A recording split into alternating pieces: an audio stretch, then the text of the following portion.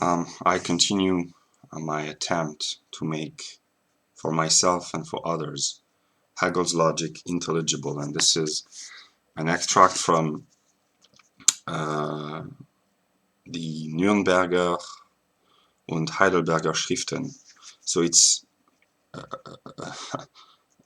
version of Hegel's logic made easy for students. That's not the real logic, it's very simplified. But so in my previous video I said that according to Hegel, it is within the concept of a thing to transcend its limit, to go beyond its limit, and to reestablish identity with itself, to become infinite.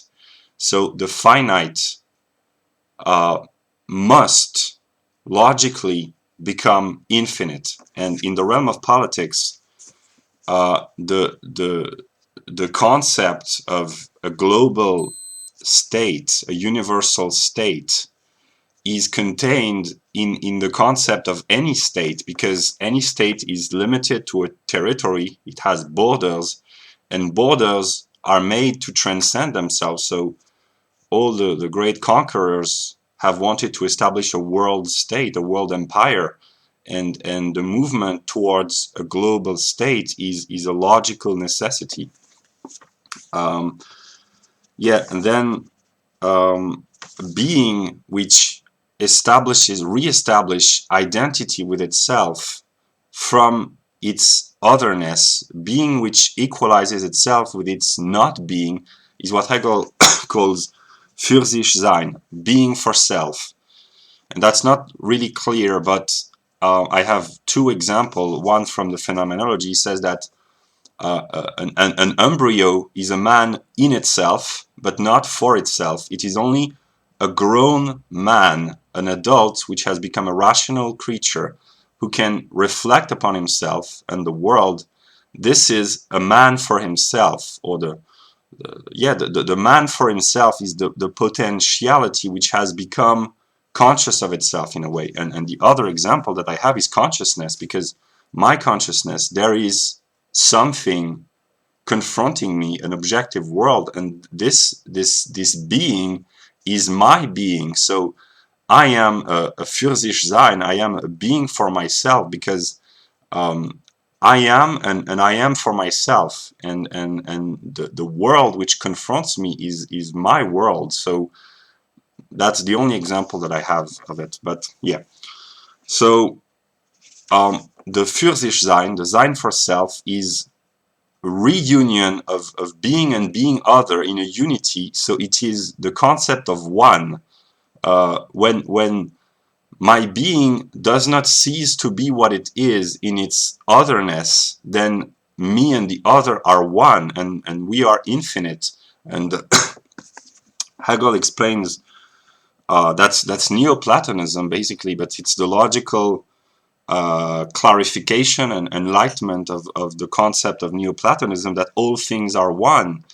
And it is in the concept of the one, because it contains the difference, which is the moment of the negative. The one differentiates itself from itself and makes himself many, and that's the whole process of coming into being of the world. The one principle has made itself many, and through the activity of the philosopher, because thinking is bringing multiplicity back to unity, and the motto of the United States is et pluribus unum, out of the many one. But this is the very activity of thought, because thinking brings back the multiplicity to the unity of the concept, and the activity of the philosopher must bring back the multiplicity, the manifold aspect of reality back to unity, the unity of thought, and he has to conquer the world in thought.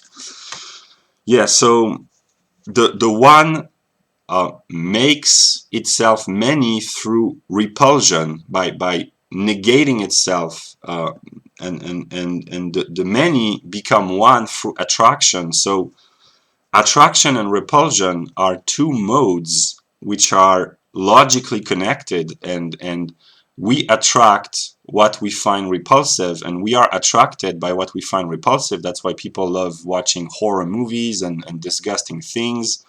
And it's in our psyche because it is in the very structure of being. So we are human beings, and we have in our consciousness this determination of being to be attracted by what we find repulsive. And that's why horror movies have so much success, and that's why people love talking about the things they hate, because they are unconsciously attracted by that.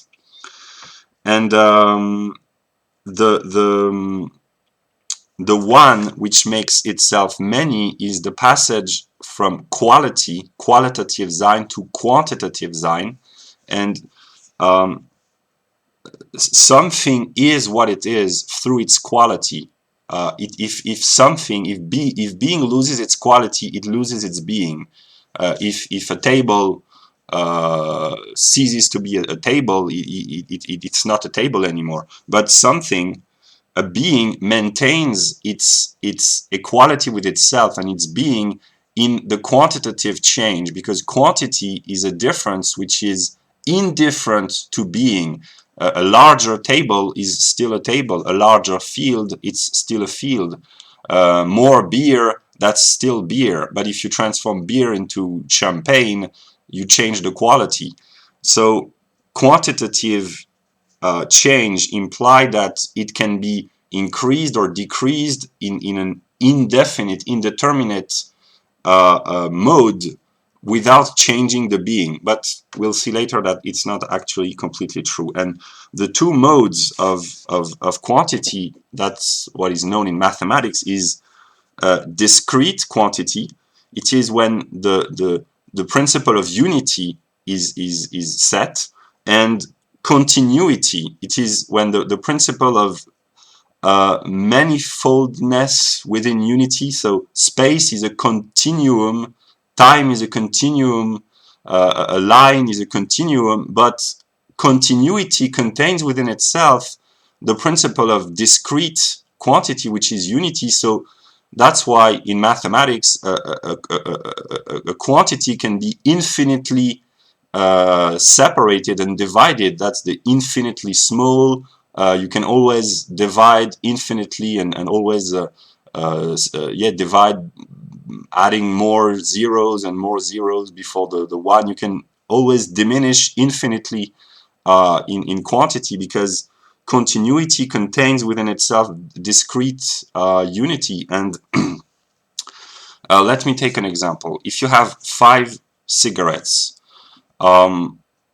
they are a discrete quantity because you have 5 unity. These are discrete unities. Each cigarette is 1, but they are 5, but they are nonetheless 5 cigarettes. So the continuity of the being, which is the cigarette, doesn't cease to be in the multiplicity of the 5 numbers. And here we already have in its beginning, in its embryonic stage, the difference in the realm of concept between the universal and the singular. The universal would be the cigarette, and each individual cigarette would be a singular cigarette.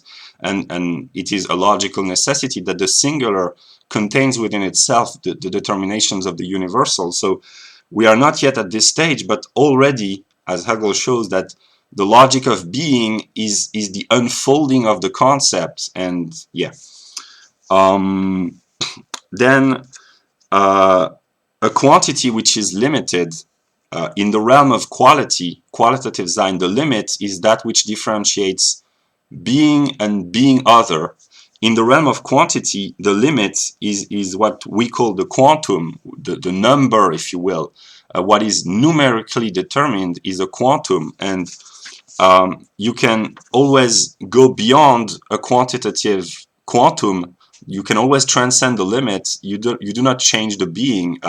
You can always go further in space, or backward or forward in time. You will always find more space or more time. And the way I see things, the will to explore the cosmos, the universe, beyond the solar system, and to imagine space travels, is an idea in the mind of man of transcending the quantitative limit, but that's what Hegel says, that that's the bad infinite, the quantitative infinite, which always goes out of itself and always wants to transcend the limit, but by pushing the limit, you find always the same thing and always another limit. So it's like the one who walks to try to grasp the horizon, but the more he advances, the more the horizon is removed from himself. So that's the bad infinite, and the good infinite is from the external, the otherness,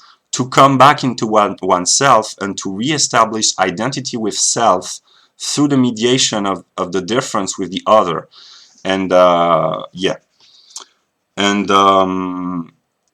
he also talks about extensive quantum and intensive quantum. And an extensive is the idea that something is wide, it's large, it's spread in space and time, it has a huge influence. And intensity means the principle of many determinations contained within a unity. There's the idea of high pressure that's intensive. It requires a lot of effort. An intensive course on Hegel would be many informations, many knowledge, many determinations to grasp in a limited amount of time, and that would be both intensive and extensive. And just an example, the most profound thinkers, a deep thinker is a mode of intensity, an intensity of thought. It also has the widest extension, and the whole purpose of this channel is to show to others that the deepest thoughts of Hegel are reflected in modern pop culture. There are hundreds of millions of people listening to songs and watching movies and playing video games and stuff like that. And I just want to make the connection between the depth and the intensity of thought that we find in Hegel and the extensive, worldwide influence of pop culture, and to show others that the deepest thought about the nature of being and of God are contained and expressed in modern pop culture. And that's the proof that because Hegel is such a profound thinker, that his influence will necessarily become widespread. And yeah, the most profound teachings of Jesus or Buddha or Mahomet or whoever, they have had the largest influence. And a strong character, a man with a strong will, a strong personality will influence a very huge number of people. Charisma will move an enormous amount of people and move the masses. That's because extension and intensity are correlated by a logical unity. Yeah, and finally, I still don't fully understand, but Hegel says that at some moment, when you change the quantity of being, you lose the quality, because quantity is derived from quality, and it must return into quality after having been alienated. And the unity of quality and quantity is measure, and all things have their measure, and God is said to be the measure of all things, and justice is represented as being the proper measure, the proportionate punishment for a certain crime. That justice should be that you should be punished proportionately to the crime that you have committed, not more, not less. And everyone should be given what he deserves. That there should be a proportion, a qualitative, quantitative determination between what you produce and what you receive. And yeah, and things can change quantitatively without affecting being, but there comes a moment when an insignificant quantitative change will bring about a qualitative change, and all of a sudden the quality will change. And that's measure, and we find examples and illustrations of measure everywhere, because the world is the reflection of the logical ID. So yeah.